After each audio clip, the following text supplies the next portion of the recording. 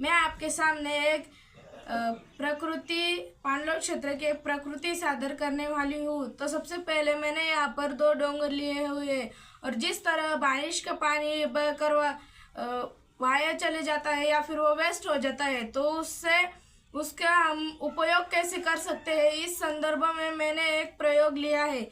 इस जैसे कि अब यहाँ पर बारिश होने के बाद यह पानी ऐसे वेस्ट हो जाता है, तो हम सबसे पहले उसे जमा करने के लिए आर्डवेचर लगाते हैं और इस तरह पानी का प्रभाव कम होता है, वह पानी की साठवन होती है। और अगर हम हमारे डोंगर पर अगर उस आर्डवेचर अगर खोदे और उसके साइड से अगर पत्थरों की लाइन लगाए, तो इस तरह पानी का प्रभाव कम होकर पानी उसमें गिरेगा और यहाँ पर उसका उपयोग हम खेती के लिए कर सकते हैं, हमारे बोरवेल के लिए कर सकते हैं। इससे हम अलग अलग साधनों का निर्मित भी कर सकते हैं। इससे हम पवन चक्की चला सकते हैं, खेती कर सकते हैं और हमारे पशु पक्षी अन्य प्राणियों को इसकी ज़रूरत होती है। पांडव क्षेत्र का अर्थ है जल संभर, जलग्रह क्षेत्र होता है। यह वह भौगोलिक क्षेत्र है जहाँ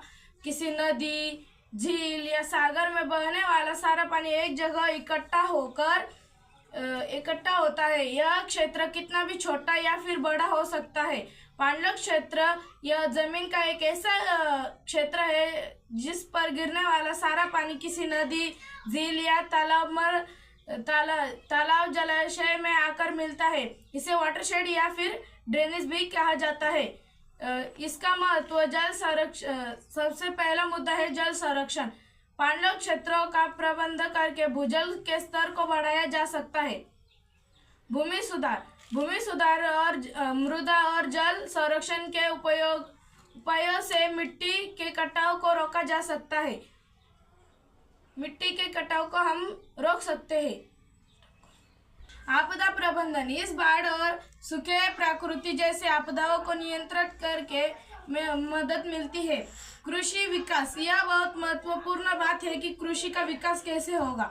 ज्यादातर खेती बारिश पर निर्भर होने के कारण पांडव क्षेत्र का विकास किसानों के